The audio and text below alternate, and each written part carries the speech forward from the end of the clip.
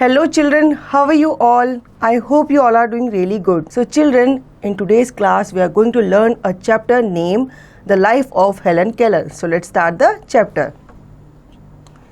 Learning objectives. Understanding the life struggle of Helen Keller. Apprehending the qualities of Helen Keller in real life. बच्चों इस chapter में हम Helen Keller के बारे में जानेंगे और उनके स्ट्रगल के बारे में पढ़ेंगे और हम उनकी क्वालिटीज़ के बारे में भी जानेंगे. चैप्टर स्टार्ट करने से पहले हम एक वार्म अप एक्टिविटी कर लेते हैं. Trust walk. What you understand by trusting someone. Why we should be careful. Who you should trust. बच्चों आपसे पूछा गया है कि आप किसी को ट्रस्ट करते हो तो उससे आप क्या समझते हो, मतलब किसी को आप कितना ट्रस्ट करते हो ये आपको बताना है और आप क्यों केयरफुल रहते हो उसको ट्रस्ट करते टाइम और हमें किसको ट्रस्ट करना चाहिए ये आपसे पूछा गया है. Look at the picture and tell what these children are doing. यहाँ पे आपको दो बच्चे दिख रहे हैं पिक्चर में, आपको ये बताना है कि ये दोनों बच्चे क्या कर रहे हैं. ठीक है, ये आपकी एक्टिविटी है. अब हम चैप्टर स्टार्ट करते हैं. In the year 1880, a famous writer was born in Alabama, a place in America. She was the one who wrote a famous work titled as The Story of My Life. Her name was Helen Keller. When she was 19 months old, she became very ill, and after her illness, her parents found that she was blind.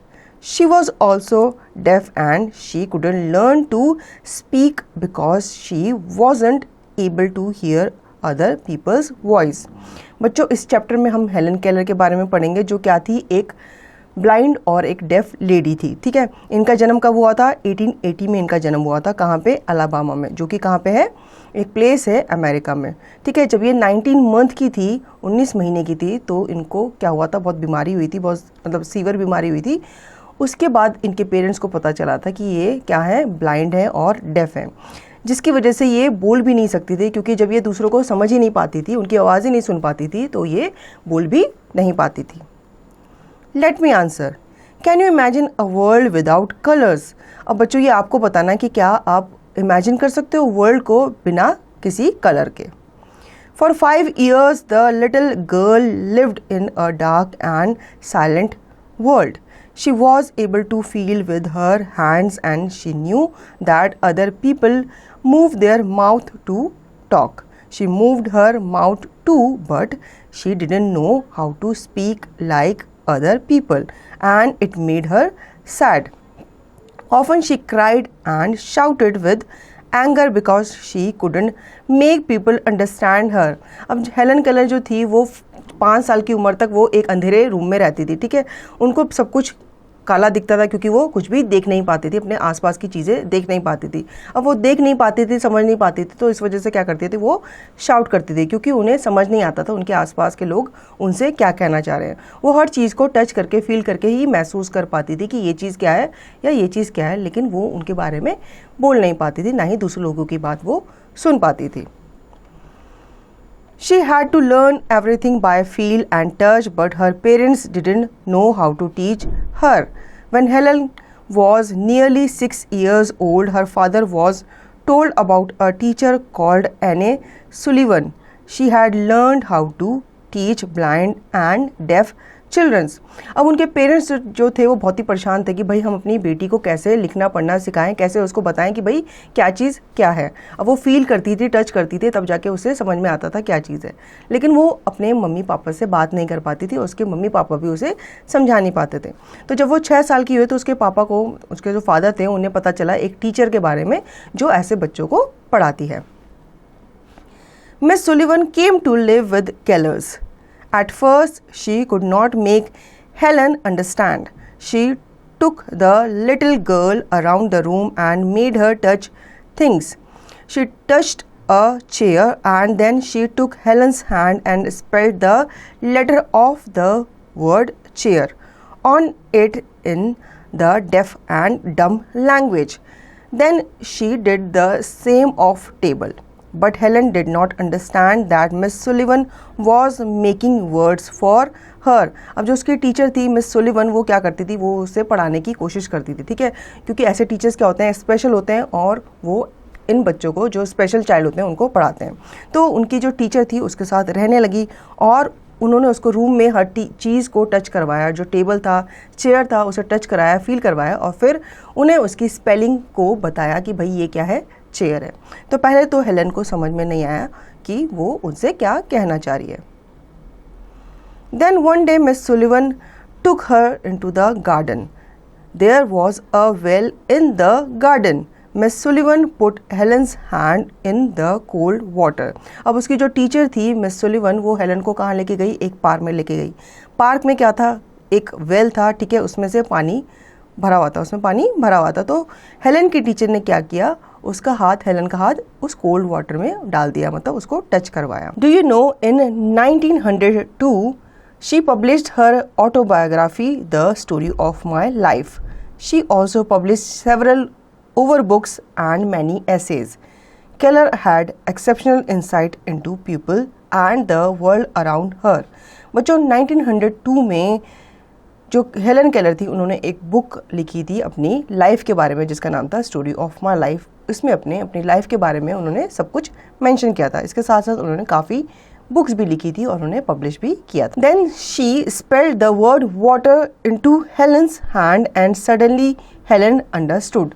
अब जब park में जाकर के उसकी teacher ने water उन्हें touch करवाया तो उसकी टीचर ने उन्हें वाटर वर्ड जो है वो स्पेल्ड कराया और उन्हें बताया कि ये क्या है, पानी है, वाटर है। Miss Sullivan was teaching her the name for this cold wet something on her hand.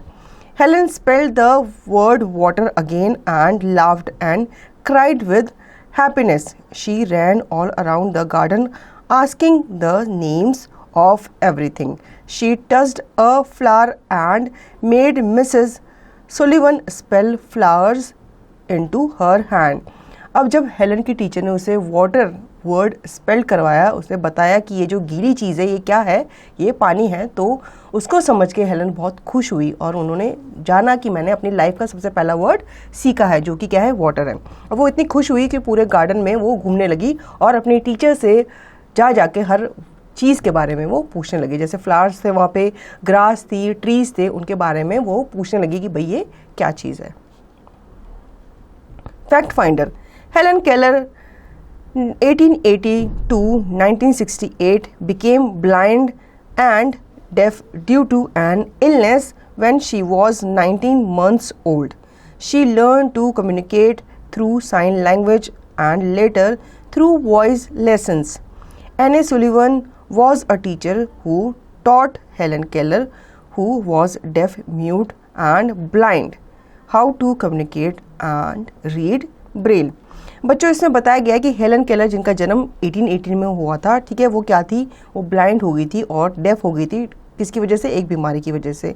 कब, 19 मंथ की उम्र में। फिर उनको एक टीचर अपॉइंट किया गया जिनका नाम था मिस सुलिवन, जिन्होंने उन्हें साइन लैंग्वेज सिखाई और बाकी चीज़ों के बारे में भी बताया।